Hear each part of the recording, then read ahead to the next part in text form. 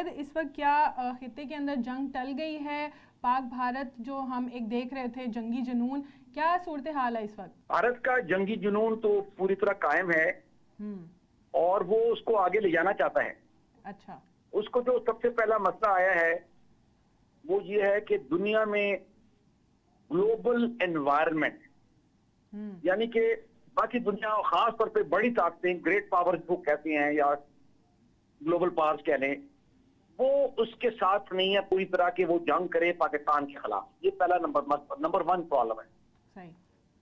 اور دوسرا مسئلہ یہ ہے کہ پاکستان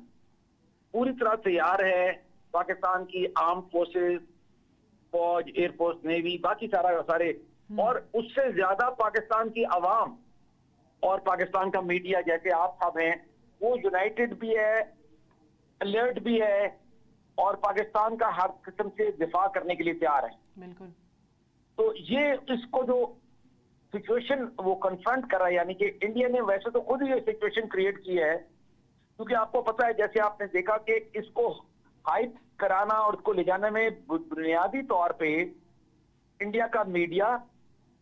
اور اس کے علاوہ انڈیا کی جو پولیٹیکل گورنمنٹ ہے اور ان کے جو ساتھی ہیں اور جو زیلوٹس ہیں یا جس کو کہتے ہیں ایکسٹریمسٹ ہیں، ان کی سیاسی طور پہ ایکسٹریمسٹ ہیں انڈیا کے،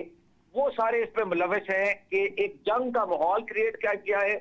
اور دنیا کو بتا کے پاکستان پہ حملہ کیا جائے۔ جی۔ تو یہ صورتحال ہے۔ اب اس کا جو اصل ریکوائرمنٹ ہے، آپ نے دیکھا کہ اس وقت پوری دنیا کے خطے کے ملک بھی اور بڑی طاقتیں بھی ڈی ایسکلیشن، یعنی کہ امن کا راستہ تھرو ڈائیلاگ، پیس کے لیے اس کی مشورہ بھی دے رہے ہیں اور پریشر بھی ڈال رہے ہیں۔ جی۔ اور ابھی تک انڈیا تو یہی کہہ رہا ہے سب کو کہ نہیں، ہمارے ساتھ جو یہ مطلب بہانہ بنایا انہوں نے کشمیر کا، یہ جو پہلگام میں انسیڈنٹ ہوا ہے، اس کو بیسس بنا کے وہ کر رہی ہیں کہ پاکستان سے انہوں نے جنگ کرنی ہے۔ اس کو تھوڑا سا اگر آپ باقی تو دیکھیں نا کہ جو انڈیا کے میڈیا کے علاوہ جو میڈیا چینلز ہیں یا سوشل میڈیا ہے، ان کے جو ڈیفنس اینالسٹ ہیں یا جو باقی لوگ ان کے دانشور ہیں سو کالڈ، وہ کیا کہہ رہے ہیں اور وہ کیا چاہتے ہیں، اور اس اگر جنگ کرتے تو اس کا مقصد کیا ہے؟ ان کے دل میں جو مقصد ہے وہ تو ہے کہ پاکستان کو ختم کرے اور انڈیا کو ایک بڑی طاقت بنا کے، اس جو پرانا خیال ہے ان کا اکھنڈ بھارت، آپ کو پتہ ہی ہے، کوئی آج نہیں شروع ہوا، اس کو نئی شکل دے دی گئی ہے۔ اس پہ وہ بلوچستان کو الگ کرانے کے لیے اسٹیٹمنٹ بھی دیتے ہیں، جعفر ایکسپریس پہ بھی انہوں نے دہشت گردوں کی سپورٹ کی میڈیا وائز، اور ابھی بھی آپ کو پتہ ہے اس کرائسس میں کابل میں ان کے ڈیلیگیشن گئے جو وہاں سے جو افغانستان میں دہشت گرد چھپے ہوئے ہیں، وہ ان کو اکسانے کے لیے، پیسہ دینے کے لیے کہ پاکستان کے خلاف ایک اور محاذ کھولیں تاکہ پاکستان پہ ہر طرف سے حملہ کیا جا سکے، کشمیر سے حملہ کیا جا سکے، LFC پہ، ادھر انٹرنیشنل بارڈر پہ، سمندر پہ انڈیا کی نیوی آئی ہوئی ہے، ایکسرسائز کر رہی ہے، اگرچہ اس کے سامنے پاکستان کا بحریہ، پاکستان کی نیوی اپنی ایکسرسائز کر رہی ہے، بہرحال میں آپ کو انڈیا کا منصوبہ بتا رہا ہوں کہ وہ کیا چاہتی ہیں۔ تو یہ ساری صورتحال ہے۔ اب ان کو یہ سمجھ نہیں آ رہی کہ پاکستان ڈر بھی نہیں رہا، اور دوسرا ان کے پاس اس وقت فوجی نقطۂ نظر سے سرپرائز بھی نہیں ہے، یعنی کہ ہوتا ہے نا کہ پاکستان کو خبر ہی نہ ہو، لوگ سوئے ہوں، فوج الرٹ نہ ہو یا میڈیا ہمارا،